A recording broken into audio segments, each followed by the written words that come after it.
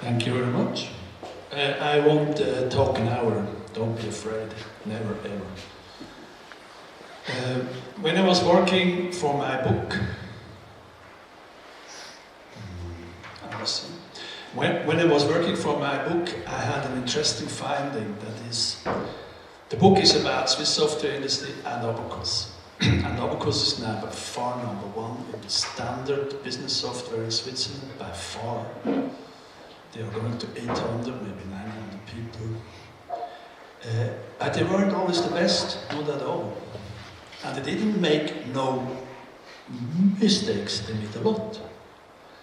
But finally, their competitors just disappeared. Sometimes. It was like they woke up in the morning and they said, oh, it's a nice day to jump out of the window. Yeah, that's what happened. And that's a little bit the story of the book, but I won't tell you the book. I've read it 200 times, it's boring for me. I will talk about the last 5 years. I was looking at what happened to Swiss software industry in the last 5 years. And if I'm talking about software industry, I'm talking about standard software like bookkeeping or business software. So, last 5 years, over 60 companies were sold. So this may be 1/3 of the relevant players. 1/3 in 5 years are sold. Some of the names you may know. It's, for example, Magnolia, successful player in CMS market. Or then we have BBT. You may not know it, but it's a successful company making software for health insurance. They were sold to a Canadian private equity company. Then we have Bexio.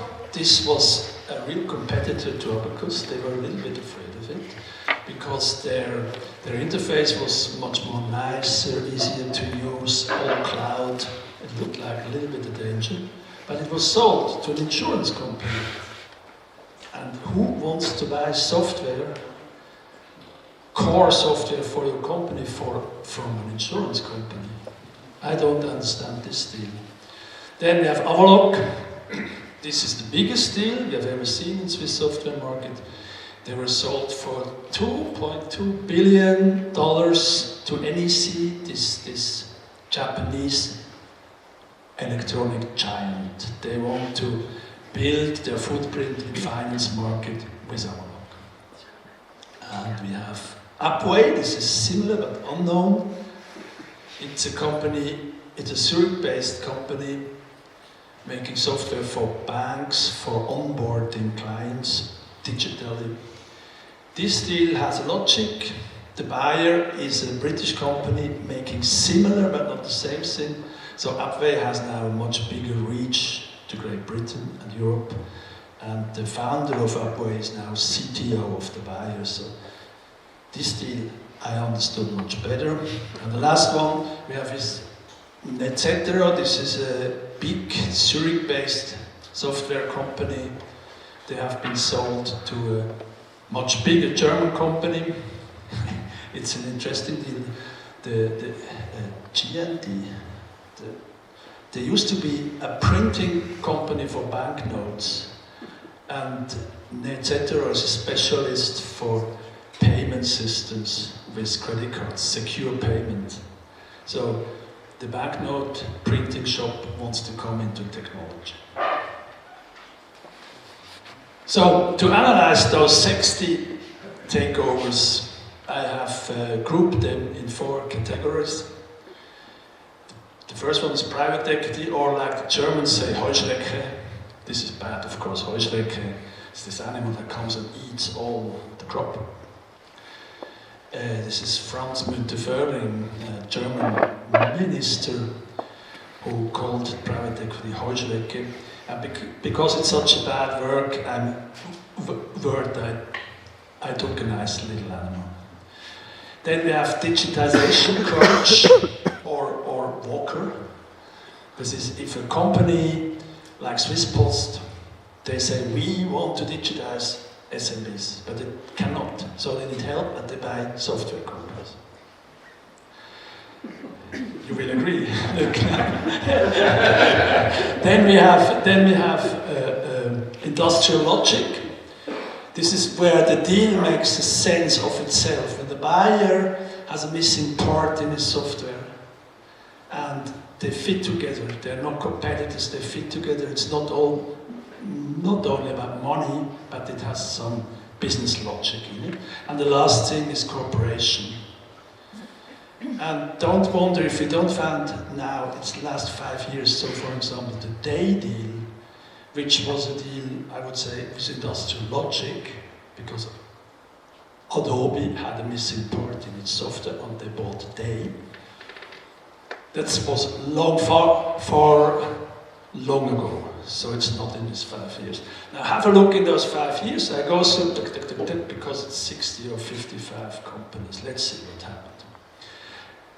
We talked about Magnolia, who has been bought by Elveston, and we see this is a German private equity company, and we see this name many times more. Then we have BBT, sold to Canada. Then we have Bechtle, this is a huge corporation, German corporation. They buy footprint in all the lands. So they bought Swiss software companies to have more footprint in Switzerland and to continue having those companies. Mostly they survive.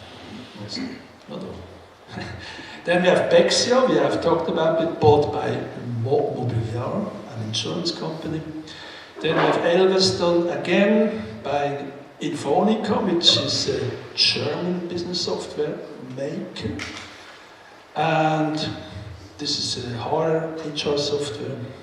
Then we have Boss Info. This is quite an interesting story. There is a Mr. Boss, his name is Boss. And he's buying one after the other software companies because he wants to construct consultant house for SMBs. So when he finds a company where there's a succession, he goes there and says, sell me your company and it will survive. But it's not finished his work, so we don't see how it will end already. Then we have again Bechtle, then we have Bosch by another one. Then we have CMI, this is a small company, and they are specialized in software for communities, Gemeinden. And they said they want to have a second leg. And they strategically bought software houses who make software for schools. So now they have their 2 legs, school and communities. It's a strategy. BSI was one of the few Swiss houses that had international success. They make customer CRM software. They have been bought by Capvis, and I think they want to make they want to go public with them. That's the only sense. Or sell them. Then the Post again, they bought a small little software, business software web. Then Warburg Pincus bought Infonica from Elveston. I don't know what happens with the company when it's bought 2 times. We talked about Overlock, then Elveston bought Glaux, Bosinfo bought another one, Elveston bought another one, Sage Infonica bought with the money of Warburg Pincus, Sage Switzerland, which in earlier time used to be a tough competitor of Abacus, but now, after being sold 3 times, then we have another deal. Elveston again, the Post again, Elveston again. Select Line is a competitor to Sage Switzerland. They used to meet in front of the court, and now they have the same co-owner. Strange. The Post. BSI with the money from Capvis bought another company. Elveston again. They bought Run My Account, which is a competitor to Select Line and Sage Switzerland. Upway was bought, we have talked about that. Bosinfo again. Adcubum is the second vendor for health insurance company. There were two companies doing software, basic software for health insurance company. Both were sold to private equity. In health industry, there's a lot of money. You can see it here. Then we have Fortero. Fortero used to be active in earlier times. They're not in this land, not the last 5 years, but they already have a Swiss software company, ProConcept. I told you this was a competitor of the French-speaking part of Switzerland, of Abacus. And Fortero, we see later. Then Glauks bought with the money of Elveston, they bought a small company. Then we have CMI again, CMI, and Contavista, which was a nice startup for the financial industry, being bought by one of the big players of core software for banks. There are two in Switzerland. We have Avaloq, or 2.5. One is almost dead. We have Avaloq and we have Finova, and Finova, they made their portfolio better with Contavista. Then we have Elveston, who sold Magnolia. Then we have CMI again. We have Elveston, who bought, Fortero. No, we have Elveston, who bought the company. We have the Post again. It's much more like an industrial logic, the Unblue deal, a little bit. Then we have etc. being bought by the Germans. This is a small deal. Then we have Abacus, which started to start playing. And they bought a small solution from a partner for lawyers. Then we have the Post again. Then we have Fortero, who buys a competitor of Profix, of My Factory. So they have now two competitors in the same owner. And last week, what did they do? They said that their development departments will be led by the same guy. I don't know how much software developers like it if their boss is the boss of the competitor. Maybe they will run away and then... Okay, then we have another small company. We have Abacus again, who bought Umantis, which is a specialist for software for career development. This is why they just started to elect themselves, but with Umantis maybe it's faster. Then we have Swisscom, who buys an Abacus specialist. Well, not important. Oh, you have the old thing. And then something is missing here. I have to see. We have two deals from Basel. I forgot. Typically, as I am Zurich. And I put it in the train into the presentation. Let me see how they are called. Sorry for that. It was surely Trivadis, who was bought by Accenture. A huge deal, but Trivadis is not only a software maker, but also a consulting company. And we have... Thomas? Blue Sky is more a consulting company, but...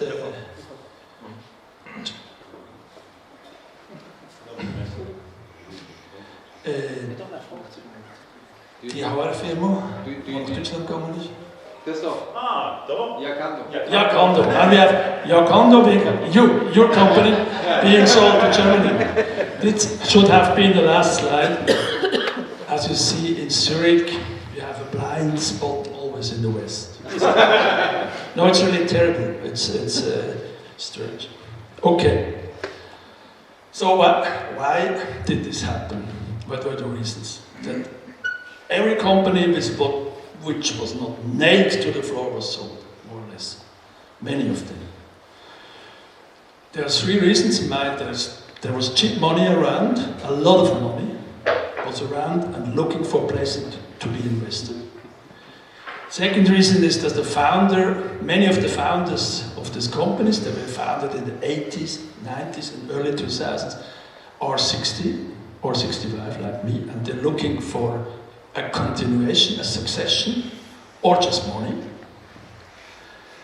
And the third reason is software specific. Business software you cannot change. As customer, you have always a lock-in. And this is nice for the software vendor because the customer has to pay a fee, a yearly fee. So if you are a private equity and you're looking for a certain revenue stream, a sure revenue and profit stream, a well-made software company may be very interesting, like utilities like water or stuff. That's why I think that in the last 5 years so many software companies were sold. So, what is left? A lot of companies were founded. They are different now. They're not like the 80s where 3 or 4 people hacked with PCs and said, let's make software, and then they found customers and they grow, and then they said, let's make more software, and they grow again and grow. Now you start differently. You have a good idea, you look for money, and you start growing very fast. You try to grow very fast and to play in the world market. With business software, you cannot play in the world market. Every country is different with laws and payment systems. But with different software, you can grow very fast. And that's what's happening now. For example, yesterday, there was an interview with a beekeeper